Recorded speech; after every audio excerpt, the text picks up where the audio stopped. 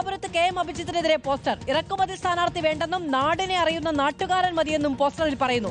Save Congress, save UDF എന്ന പേരിലാണ് poster സ്ഥാപിച്ചത്.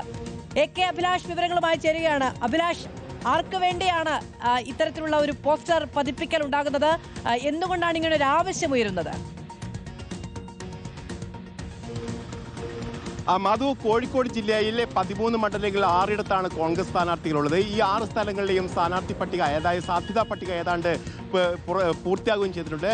ഇവിടെ കെ എം അഭിജിത്തിന്റെ പേരാണ് നാദാപുരത്ത് പ്രധാനമായും പരിഗണിക്കുന്നതെന്നാണ് നമുക്ക് മനസ്സിലാക്കാൻ കഴിയുന്നത്. ഇതിനിടയിലാണ് ഇപ്പോൾ കെ എം അഭിജിത്തിനെ വേണ്ട എന്ന് പറയുന്ന തരത്തിലുള്ള പോസ്റ്ററുകൾ പ്രത്യക്ഷപ്പെട്ടത്.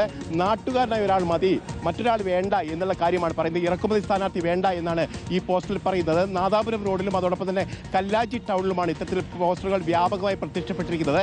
ഇന്നലെ രാത്രിയോട് കൂടിയാണ് ഈ പോസ്റ്ററുകൾ പതിപ്പിച്ചത് എന്നാണ് നമുക്ക് മനസ്സിലാക്കാൻ കഴിയുന്നത്.